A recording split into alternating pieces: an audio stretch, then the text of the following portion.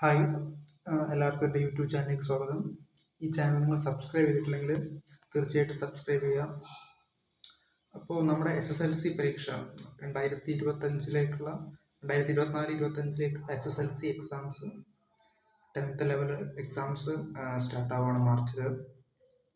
അപ്പോൾ നിങ്ങൾ ഇത്രയും കൊല്ലം, അതായത് 9 കൊല്ലം പഠിച്ചതിൻ്റെ ഒരു ഫൈനൽ റിസൾട്ടല്ല, ഒരു സ്റ്റാർട്ടിങ് ഫസ്റ്റുള്ള ഒരു ടേണിംഗ് പോയിന്റ് എന്നൊക്കെ നമ്മൾ ആദ്യം തൊട്ടേ പറയും.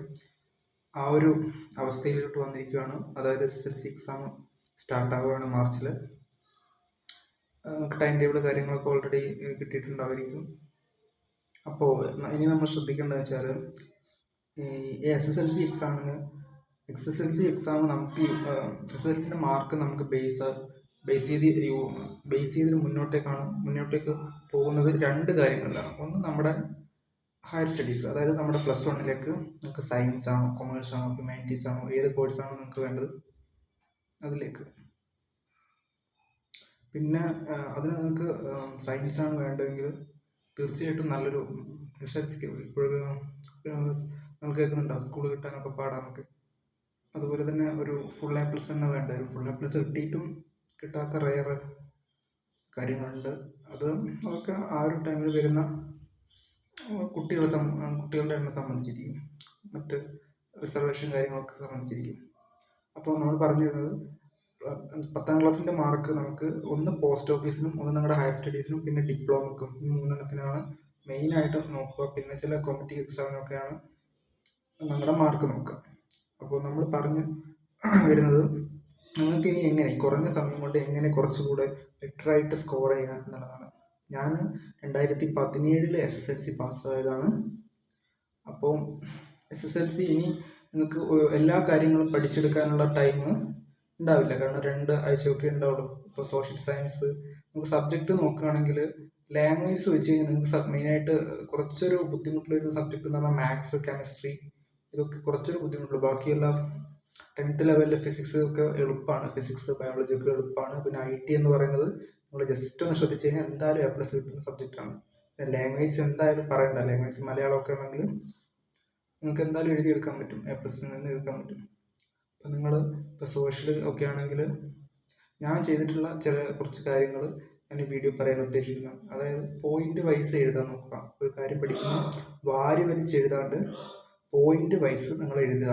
ഇപ്പോൾ ഒരു essay ചോദിച്ചു കഴിഞ്ഞാൽ പോയിന്റ് എഴുതുക. എന്നിട്ട് മെയിൻ പോയിന്റ്, നിങ്ങൾ essay എഴുതുന്നുണ്ടെങ്കിലും മെയിൻ പോയിന്റ് എഴുതുന്നതിൽ അണ്ടർലൈൻ ചെയ്യുക. അങ്ങനെ കുറച്ച് കാര്യങ്ങൾ ഫോളോ ചെയ്യുക. വർഷങ്ങൾ ഓർമ്മിച്ച് വെക്കുക, സ്ഥലങ്ങൾ ഓർമ്മിച്ച് വെക്കുക, പിന്നെ ഒരു കോഡൊക്കെ ഉണ്ടാക്കി പഠിക്കുക നിങ്ങളുടെ രീതിയിൽ.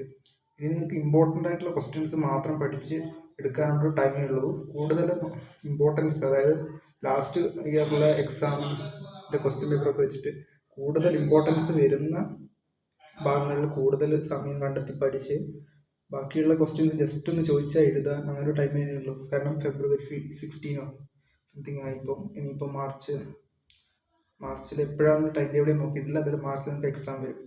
അപ്പോൾ ഇനി എല്ലാ കാര്യങ്ങളും പഠിച്ചെടുക്കാനൊരു ടൈമില്ല.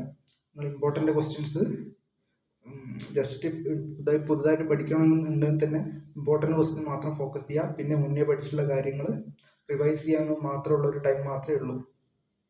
അപ്പോൾ തീർച്ചയായിട്ടും എന്ത് ചെയ്യുക, ഇമ്പോർട്ടൻ്റ് ആയിട്ടുള്ള ക്വസ്റ്റ്യൻസ് നിങ്ങൾ ഇപ്പം ടീച്ചർമാരുടെ അടുത്ത് ചോദിച്ചിട്ടും അല്ലെങ്കിൽ ഫോണിൽ നോക്കിയും അങ്ങനെയൊക്കെ ക്വസ്റ്റ്യൻസ് ഇമ്പോർട്ടൻ്റ് ആയിട്ടുള്ള ഭാഗങ്ങൾ നോക്കിയെടുത്തിട്ട് പഠിക്കുക. ആ ഒരു ടൈമേ ഇനി ഉണ്ടാവുള്ളൂ.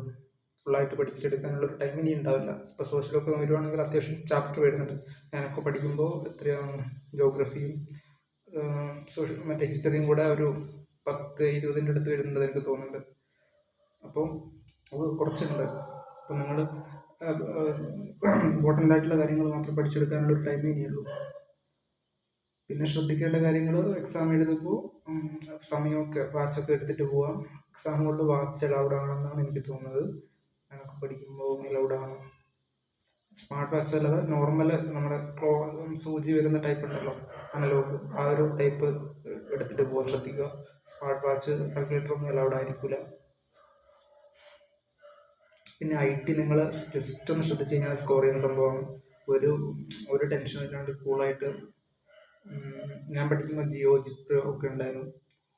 അതൊക്കെ ജസ്റ്റ് ഒന്ന് നോക്കിപ്പോയാലും നിങ്ങൾക്ക് സ്കോർ ചെയ്യാൻ പറ്റും. അപ്പോൾ അത്രയും all the best. 2025 SSLC exam എഴുതുന്ന എല്ലാവർക്കും എൻ്റെ വിജയാശംസകൾ. എന്തായാലും നിങ്ങൾ ഇതിന് കൂടുതൽ ഇമ്പോർട്ടൻറ്റ് ടീച്ചർമാർ പറയുന്ന ഇമ്പോർട്ടൻറ്റ് ക്വസ്റ്റ്യൻസ് അല്ലെങ്കിൽ ഇമ്പോർട്ടൻറ്റ് ടോപ്പിക്സ് നന്നായിട്ട് വായിച്ച് മനസ്സിലാക്കി, അതിൻ്റെ ഇൻഡയറക്റ്റ് ക്വസ്റ്റ്യൻ വന്നാലും ചെയ്യാൻ പറ്റുന്ന രീതിയിൽ മനസ്സിലാക്കിയിട്ട് എക്സാമിന് പോവുക. ബാക്കിയുള്ള കാര്യങ്ങൾ ജസ്റ്റ് മനസ്സിലാക്കി വെക്കുക. അല്ലാതെ നമുക്ക് എല്ലാ കാര്യങ്ങളും ഇരുന്ന് പഠിക്കാൻ ടൈമില്ല. മാർച്ച് ഏകദേശം ഫെബ്രുവരി എൻഡപ്പാകാൻ പോവാണ്. ദെൻ മാർച്ച് തൊട്ട് എക്സാം വരും. അപ്പോൾ ഇതുവരെ ഇതുവരെ പഠിച്ചില്ല, ആ ഒരു തോന്നലുള്ള ഒന്നും ആയില്ല എന്നുള്ള തോന്നലുള്ളവർക്കാണ് ഈ ഒരു ഇമ്പോർട്ടൻ്റ് ക്വസ്റ്റ്യൻ, ആ ഒരു ഇത് നന്നായി പഠിച്ചിട്ടുള്ളവർക്ക് ഇമ്പോർട്ടൻ്റ് ക്വസ്റ്റ്യൻസ് നോക്കി പോകാവുന്നതാണ്. അവർക്കത് അത് ഒന്ന് ഉറപ്പിക്കാം. പിന്നെ ഒരുപാട് ആദ്യത്തെ എക്സാം വെച്ചാൽ ഒരുപാട് ടെൻഷൻ അടിക്കേണ്ട കാര്യമൊന്നുമില്ല. SSLC എക്സാം എന്തായാലും നിങ്ങൾ കുഴപ്പമില്ലാതെ പഠിച്ചു കഴിഞ്ഞാൽ നിങ്ങൾക്ക് എഴുതാൻ പറ്റുന്ന രീതിയിൽ മാത്രമേ ഉള്ളൂ. ആകെ ഒരു മാത്സും കെമിസ്ട്രി അങ്ങനെ കെമിസ്ട്രി നിങ്ങൾ പഠിച്ചു കഴിഞ്ഞാൽ കുറച്ചും കൂടി കിട്ടും. മാത്സ് അങ്ങനെ കുറച്ചൊരു ബുദ്ധിമുട്ടൊന്നുമല്ല, നിങ്ങൾ കുറച്ചൊന്ന് മനസ്സിലാക്കി ചെയ്യേണ്ടതായിട്ടുള്ളൂ. അതും നിങ്ങൾ ഇപ്പം നമ്മളൊക്കെ പഠിക്കുന്നത് ലിമിറ്റഡ് ആയിരുന്നു. യൂട്യൂബ്, ഈ സ്മാർട്ട് ഫോണൊന്നും അത്രത്തോളം ഇല്ല. ഇപ്പോൾ ഈ കോവിഡ് ശേഷം എല്ലാവർക്കും സ്മാർട്ട് ഫോണൊക്കെ ഉണ്ട്. അപ്പോൾ നിങ്ങൾക്ക് എളുപ്പമാണ് മനസ്സിലാത്ത കാര്യങ്ങൾ യൂട്യൂബിലൊക്കെ നോക്കി പെട്ടെന്ന് പഠിച്ചെടുക്കാൻ പറ്റും. എക്സാമിൻ്റെ തലേന്നാണെങ്കിലും എക്സാമിൻ്റെ തലേന്ന് ഫോണും കൊണ്ടിരിക്കരുത്. എന്നാലും നമുക്ക് പെട്ടെന്ന് ഒരു സ്റ്റഡി ലീവ് കിട്ടും. എന്തായാലും ഒരു 1 വീക്ക് സ്റ്റഡി ലീവ് കിട്ടും. അപ്പോഴൊക്കെ തന്നെ നന്നായിട്ടിരുന്ന് പഠിച്ചു കഴിഞ്ഞാൽ നമുക്ക് അത്യാവശ്യം നന്നായിട്ട് സ്കോർ ചെയ്യാൻ പറ്റും. അപ്പോൾ എല്ലാവരും മറക്കണ്ട ഇമ്പോർട്ടൻ്റ് ക്വസ്റ്റ്യൻസ് അല്ലെങ്കിൽ ടീച്ചറോട് അതായത് സബ്ജക്റ്റ് ഹാൻഡിൽ ചെയ്യുന്ന ടീച്ചേഴ്സിനോട് ചോദിക്കുക ഏതൊക്കെ കാര്യങ്ങളാണ് ഇമ്പോർട്ടൻ്റ് എന്ന്. അത് മാത്രം നോക്കിയിട്ട് കാര്യമില്ല. നിങ്ങൾ നിങ്ങളുടേതായ രീതിയിൽ നോക്കണം ഏതൊക്കെ ക്വസ്റ്റ്യൻസാണ് മുന്നേ ചോദിച്ചിട്ടുള്ളത്, അല്ലെങ്കിൽ ഏതൊക്കെ ക്വസ്റ്റ്യൻസാണ് ഞാൻ പഠിക്കേണ്ടത്. നിങ്ങൾക്ക് തന്നെ മാർക്ക് വേണമെന്നുള്ളൊരു ബോധം വേണം. അപ്പോൾ നിങ്ങൾ തന്നെ ഓരോ ഗൈഡോ അല്ലെങ്കിൽ മുന്നത്തെ ക്വസ്റ്റ്യൻസ് നെറ്റിലൊക്കെ കിട്ടുമല്ലോ, അതൊക്കെ നോക്കിയിട്ട് ഇമ്പോർട്ടൻ്റ് ക്വസ്റ്റ്യൻസ് അല്ലെങ്കിൽ ഇമ്പോർട്ടൻ്റ് ടോപ്പിക്സ് നോക്കി അതിൽ നിന്ന് കൂടുതൽ ചോദ്യങ്ങൾ വരുന്ന രീതിയിൽ റിപ്പീറ്റ് ചെയ്ത ചോദ്യങ്ങളൊക്കെ ഉണ്ടാവും. അപ്പോൾ ആ കാര്യങ്ങൾ കൂടുതൽ മനസ്സിലാക്കി വെക്കുക. ഇൻഡയറക്റ്റ് ആയിട്ടുള്ള ക്വസ്റ്റ്യൻസ് നിങ്ങളൊരു ടോപ്പിക്ക് മനസ്സിലാക്കി മാത്രമേ നിങ്ങൾക്ക് ഇൻഡയറക്റ്റ് ആയിട്ടുള്ള ക്വസ്റ്റ്യൻസ് എഴുതാൻ പറ്റും. ഇപ്പോൾ ഫിസിക്സ് ഒക്കെ ആണെങ്കിൽ നിങ്ങൾക്ക് ഇൻഡയറക്റ്റ് ആയിട്ടുള്ള ക്വസ്റ്റ്യൻ കിട്ടും എന്തായാലും. അപ്പോൾ ഇമ്പോർട്ടൻ്റ് ആയിട്ടുള്ള ക്വസ്റ്റ്യൻസ് തന്നെ